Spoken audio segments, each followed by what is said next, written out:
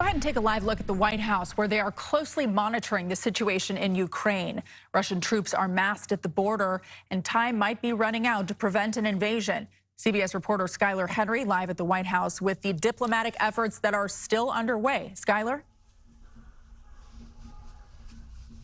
Hey, Sarah, good to see you. Well, U.S. officials are certainly concerned about the tensions rising along the Russia-Ukraine border, so much so that they are moving their embassy personnel out of the embassy in Kyiv over to western Ukraine, fearing that a possible attack from Russia could come any day now. Still, however, here at the White House, President Biden swapping notes with his foreign counterparts on ways to try to de-escalate the situation along that border. Mr. President, is the risk of a Russian invasion higher than ever? President Biden spoke with British Prime Minister Boris Johnson amid growing fears that Russian forces could invade Ukraine within days. He continues to add to his readiness. He continues to give himself more options should he pursue a military path here. In a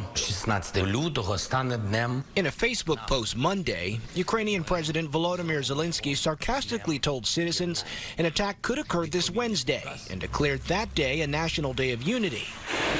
CBS News has learned some Russian troops have moved out of assembly areas near the Ukrainian border and have begun to move into attack positions.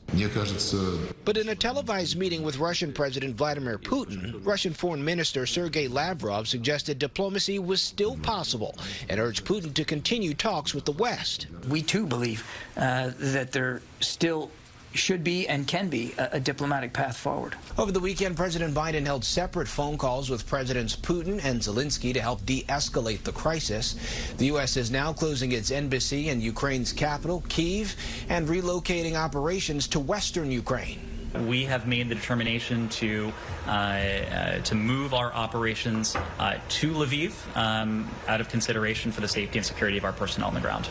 Russia is demanding that NATO not allow Ukraine and other former Soviet countries to join the alliance. But Ukraine's foreign ministry rejected that notion, saying the country's right to join NATO is written into Ukraine's constitution. With no diplomatic end in sight, the U.S. is strongly urging any remaining U.S. citizens in Ukraine to leave the country immediately.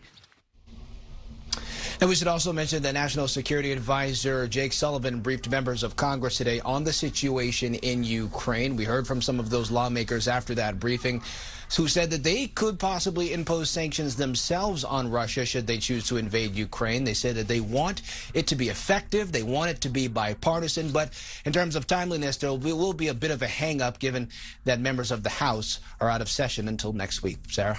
So, Skyler, one of the headlines that you mentioned at the beginning of your report was that the U.S. is moving its State Department operations from Kyiv to western Ukraine. So can you explain a little bit more about what went into that decision?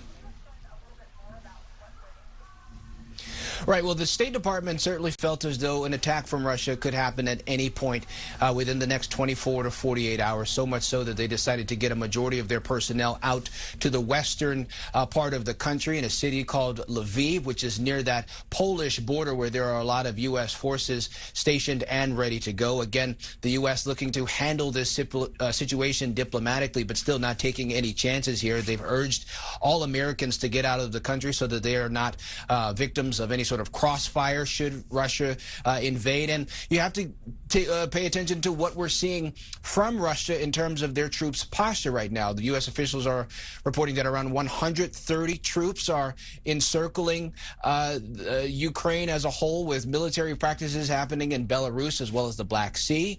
And so there's just genuine concern that something may happen. We don't know what Russian President Vladimir Putin will do.